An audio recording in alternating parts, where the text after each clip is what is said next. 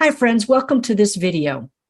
I give thanks to God that you have discerned a call to the episcopacy and are willing to put your name forward in mutual discernment as we seek leadership in the Western jurisdiction.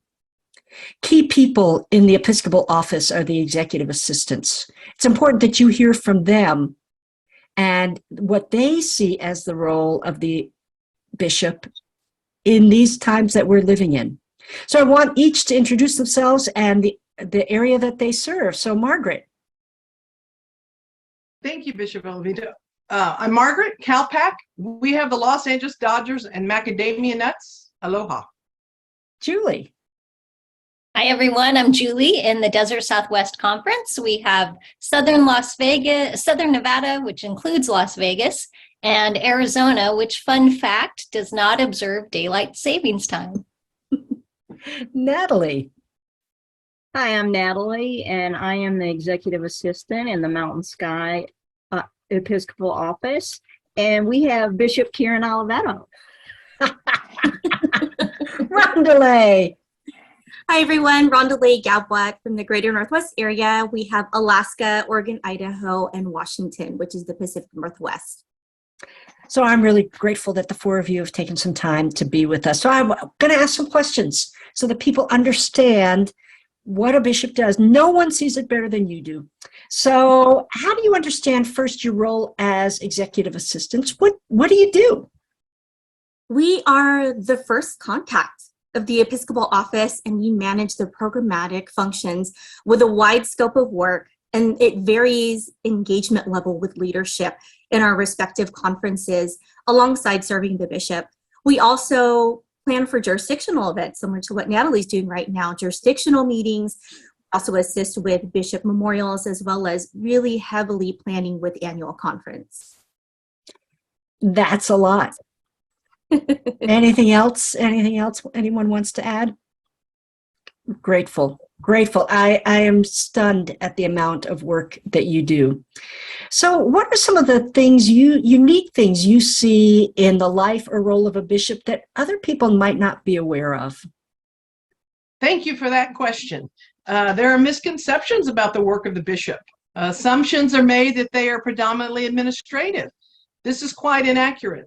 The Western jurisdiction bishops do go into churches and local communities as spiritual leaders. They do one-on-one support that no one hears about, like visiting hospitals and private homes. Their work across their conference, the college, the council, and often not publicized, therefore not fully appreciated nor valued by others. Our bishops are lifted up and often torn down. So finding the balance with a conference, a college, and a council is unique to only bishops. Thank you. That is that balance is a tough one sometimes. Thank you. So what are the points of tension in the position? Thanks, Bishop Karen. This is a great question. And I think one of the aspects of the Episcopal office that a lot of people don't know or don't understand is that there's an autonomy to the Episcopal office due to the set apart nature of the role of the bishop. You all may know that in the Book of Discipline, the role of the bishop is described as a set-apart ministry along with the district superintendents. It's a ministry of servant leadership, of general oversight, and of supervision. However, a key difference in the role of the bishop is that the majority of the funding for the Episcopal office comes from the DCFA Episcopal Fund. And that funding includes the salary and the benefits for the Episcopal assistant. Another point of tension is that the amount of sensitive information, of confidentiality in our position is extremely high. We handle issues such as complaints or personnel issues for clergy that relate to within the annual conference, but also beyond. And we often cannot discuss the time that we're taking with these special projects.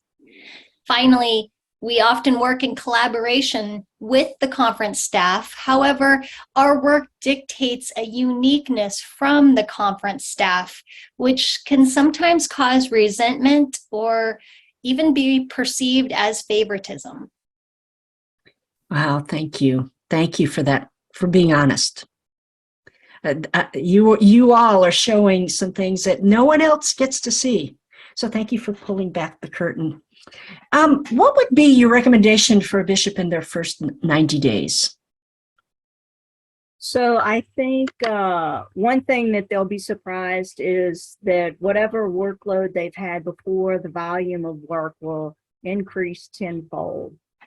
And it would be important for them to share their communication style with us and with the team so that we know the best ways to engage with each other. Of course, it's vitally important to start building those relationships with your cabinet, the episcopacy committees, and the general conference delegations. Getting to know your areas and your districts, either in person or via Zoom, and meeting with the key leaders in the conference, clergy and laity.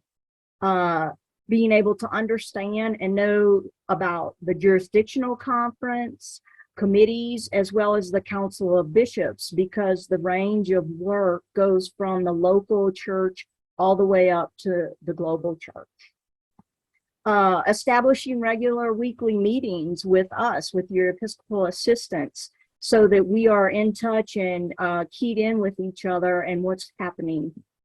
Also reviewing your first 6 months as bishop and what things will be coming up, as well as reviewing all the different preparations involved with annual conference. And as is always vital, and as most clergy forget, is building in and honoring that Sabbath time that is so important and essential for all of us. You just made me exhausted thinking about what those 90 days felt like. Thank you so much. It's a lot, and most people don't realize all the different levels. So thank you for really good recommendations. So, and this has been touched on several times in this conversation. Executive assistants and the bishop's office is unique in that you're not conference staff. So can you talk about a little bit more about your relationship with DCFA and Board of Ordained Ministry and other things that are unique, especially since you're not conference staff? This is, again, another great question.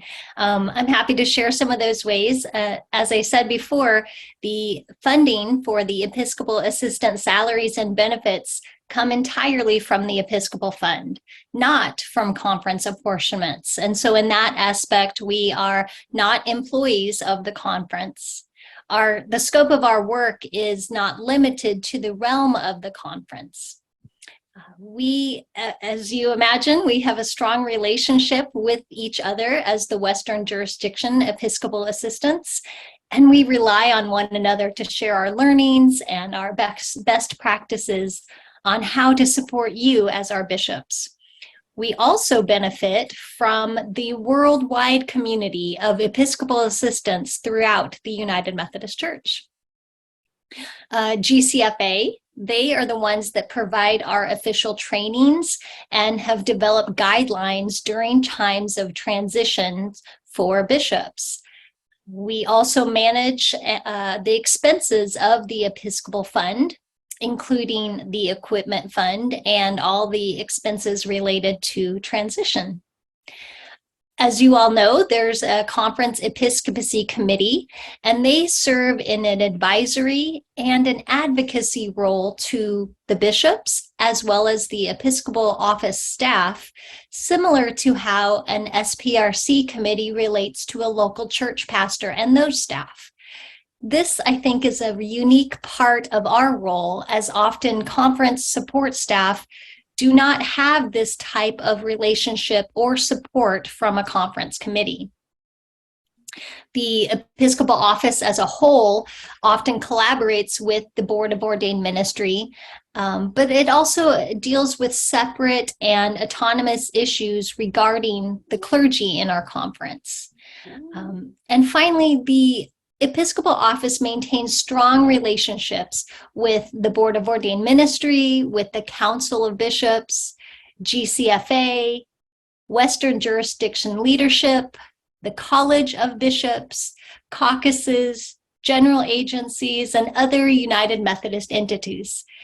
But it also has a community-based relationships, including interfaith and ecumenical partners. So the scope of our work extends far beyond an annual conference. Wow, thank you. Thank you. And so, listening to all the things that you hold for bishops, how can new bishops utilize you and your gifts as they enter the new conference? Yeah, I think of one thing a new bishop should know is that we want to be utilized for the unique gifts and skills that we have. It would be a great disservice to us if we were simply seen as secretaries or people who get the coffee or take minutes or schedule the Zoom meetings. We are able to make substantial contributions that have lasting impact. Anyone else want to add anything there? Another thing I would say would be that we are really ambassadors of the Episcopal office, and we are the sole persons who are 100% dedicated to supporting the work of the bishops. We often are the people that hold some of that historical knowledge of the office and of the bishop, and we will work with you to share that knowledge and chart new things for the future.